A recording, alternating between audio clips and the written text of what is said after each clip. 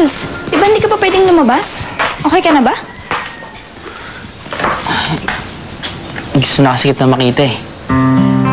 Nabalitaan ko kasi nakita na si Ma'am Lilian. Oo. Magkakasama na kami ulit. Ano mo, lahat ng iyak tsaka kaba ko dahil sa pag-alala sa kanya, pati sa'yo. Parang wala lang. Ano mo, napakabait ng Diyos kasi dinidig niya yung dasal ko na protektahan kayo. Catherine, anong naisip mo nung akala mo patay na ako? Madami. Mga bagay na gusto ko pa sanang gawin kung nandyan ka. Pero ayoko nang ibalik pa yun. Kasi iyak naman ako ng iyak nun eh. Pero hindi yung isa pang kinakatakutan ko. Yung mawalan ako ng mahal sa buhay. Isa na pala ako sa mga mahal mo sa buhay. Alam mo, Catherine, dahil kang nasa listahan ng mga mahal ko sa buhay. Naalala mo nung pinag-iwalay tayo ni Mang Badong? Sinabi ko sa'yo, hindi ko na mababawi yun. Pero sana, Catherine. Charles, hindi mo na kailangang sabihin sana. Kasi hindi mo lang alam, matagal na kitang natanggap. Kasi mahal na mahal din kita.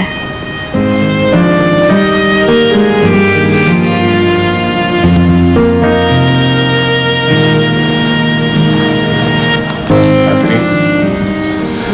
Tay, Sir Ferdinand. Pwede ba ako magpasama sa'yo? opo. Saan po ba tayo pupunta?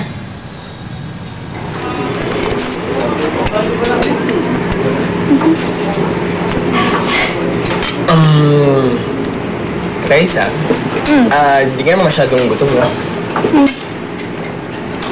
Pasensya ka na, ha? Nilakad ko lang kasi mula mansyon hanggang dito, eh. Ang layo, eh. Wala na akong pera. Nga pala. Sige, kainin mo na. Sa'yo na lahat to. Okay.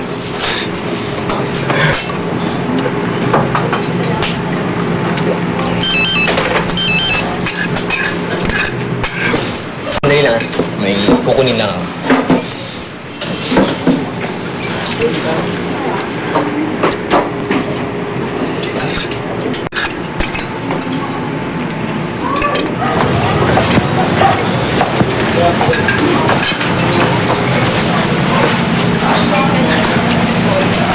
Clarissa.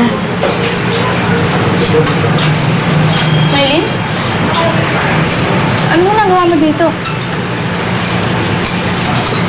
Sinusundo ka na namin, Clarissa.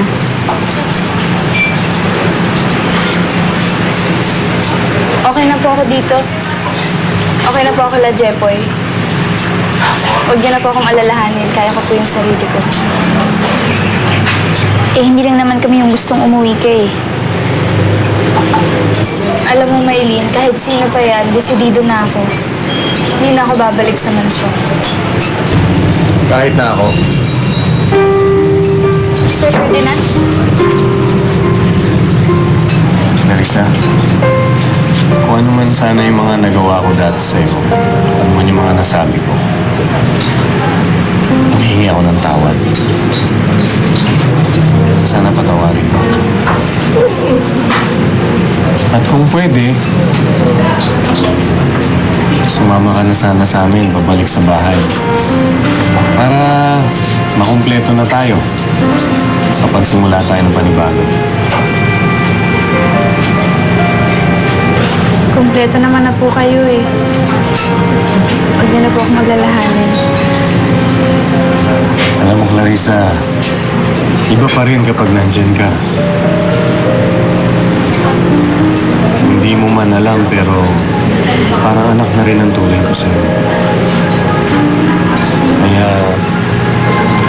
okay lang ba na sumama ka na sa amin ulit?